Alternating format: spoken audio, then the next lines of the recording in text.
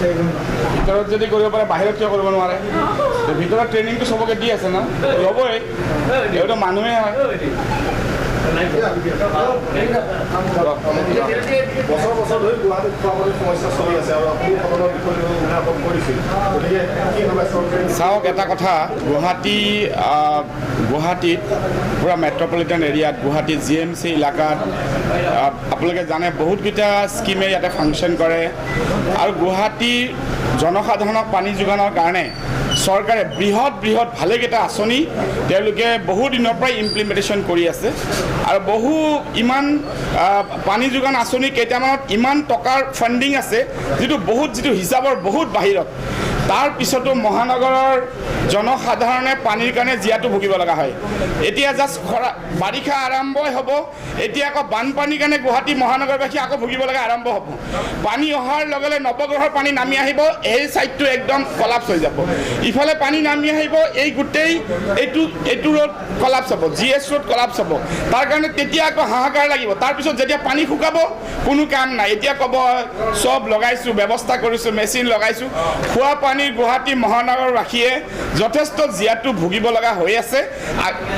তাৰ বাবে গভৰ্ণমেণ্টে বহুত স্কিম আপোনালোকে দেখা পাইছে কুৱেশ্যন আনচাৰত তেওঁলোকে ইয়াতে কৈছে যে তেওঁলোকে কিমান মানুহ খোৱা পানী যোগান ধৰিছে 12,952 ইয়াতে কৈছে তাৰপিছত 111টা পানী যোগান আঁচনি লোৱা হৈছে 111টা বিতং তথ্য ইয়াতে আপলোড কৰিছে বৰ্তমানলৈ 105টা পানী যোগান আঁচনি কাম সম্পূৰ্ণ হৈছে 13টা পানী যোগান আঁচনি নিৰ্মীয়মান অৱস্থাত আছে বিতং তথ্য ইয়াত দিছে এই গোটেইবিলাক আপোনালোকে চাওক উত্তৰবিলাক খুব ধুনীয়া উত্তৰবিলাক বহুত ধুনীয়াকৈ দিয়ে আগতে এই বিষয়ৰ ওপৰত আলোকপাত কৰা হৈছিল অসম বিধানসভাৰ মজিয়াত আৰু মহানগৰৰ ভিতৰত মানুহ যিমান বৃদ্ধি হৈছে যিমান জনসংখ্যা বৃদ্ধি হৈছে কিন্তু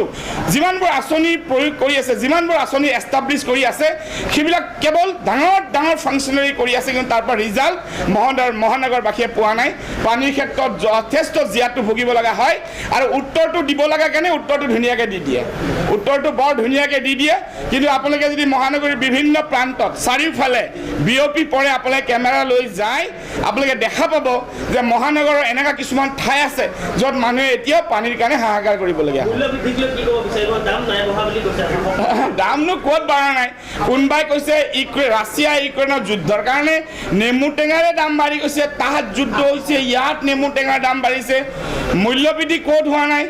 যা ইলেকশ্যন গ'ল ইণ্ডিয়াৰ ষ্টেট কেইখনত যা গ'ল তাৰ পিছতে বঢ়াই দিলে পেট্ৰলৰ দাম ডিজেলৰ দাম আৰু বঢ়াইও দিলে এনেকুৱাকৈ বঢ়াই দিলে ইণ্টাৰনেশ্যনেল লেভেলত কিমান বেৰেলৰ দাম বাঢ়িছে আৰু ইয়াত কিমান বঢ়াইছে আৰু এইটো চবতে বাঢ়ি আছে আৰু বাঢ়াৰ লগে লগে ট্ৰান্সপৰ্টেশ্যন বাঢ়িব বা ট্ৰান্সপৰ্টেশ্যনৰ কষ্ট বাঢ়াৰ লগে লগে বাকী আৰু মূল্য বৃদ্ধি হ'ব আৰু তেওঁলোকৰ মতেতো মূল্য বৃদ্ধি হোৱাই নাই একো হোৱাই নাই চকুৰে দেখাই নাপায় শান্তিত আছে মূল্য বৃদ্ধিৰ কোনো তেওঁলোকৰ মতে প্ৰভাৱেই নাই জনসাধাৰণে চাই আছে